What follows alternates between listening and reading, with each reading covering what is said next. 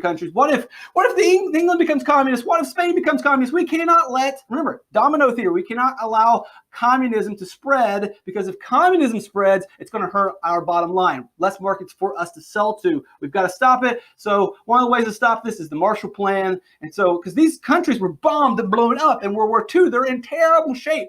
We've got to protect them. They're in a desperate situation. We've talked about before. When people and nations are in desperate situations, they'll look for extreme cures. They'll listen to extreme radical leaders. In desperate times, people will require radical measures. And one of those radical measures may be communism. Our nation's blown up. We're struggling. We're surviving. Maybe we go to communism. Well, we've got to prevent that. We have to protect these markets. We have to protect the idea that we think democracy is good for everyone. So America will lend money to all these nations to help them out. American banks will lend money to France, to England, to Germany, to Spain, to all these countries to prop them up, to keep them going so that they don't become communists. Basically, we say, hey, we'll give you money, but you need to remain democratic and you need to remain capitalist. A lot of people will applaud this. This is called the Marshall Plan of, wow, we saved Europe. This was a great investment. This was a great idea.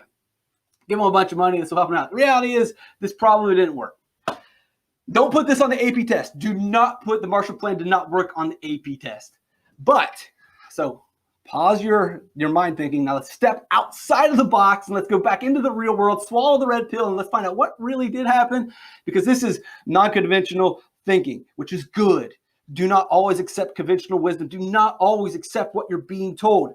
The reality is, if the government is flooding the economy with a bunch of money and the government is very much involved in all these economies, well, investors are spooked. Just like in the United States, the New Deal didn't work and the Great Depression lasted for over 10 years. The reason why was because investors were spooked. There was way too much government involvement. There was too much money being loaned to the government, and the government was propping up way too many businesses. All this money was loaned to this country, to France's government. And then France's government used that money to decide how to build the economy. All this money was loaned from U.S. banks to the English government. And then the English government decided where the money would go. Do you want to invest in a company? Do you want to start a company when you know that the English government's running everything? They may decide that your company's not important. They may not create certain laws. They may force you out of business. So you stay back and you wait to see the government pull back. And that's what happened here.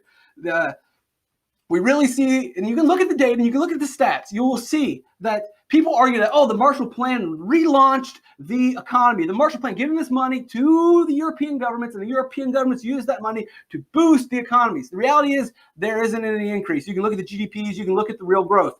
What you'll find is once the European government said, all right, we're going to step back and let the businesses make the shops. We're going to let the private investors make the decisions. We're going to let the entrepreneurs start running the show. And as soon as these Western European countries took their government and stepped back away from the economy and stopped getting involved and allowed the businesses to run it, that's where you actually see the real growth. You can look at the data, and the data clearly shows that, hey, it wasn't the Marshall Plan that led to the growth in the economy, did not shoot it up. While the Marshall Plan, while all this money was flooding into Europe, nothing was happening.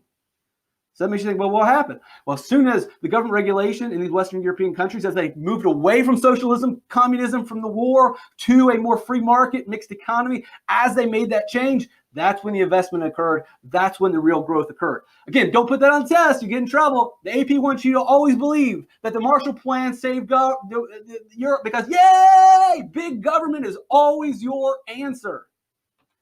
Thanks, guys.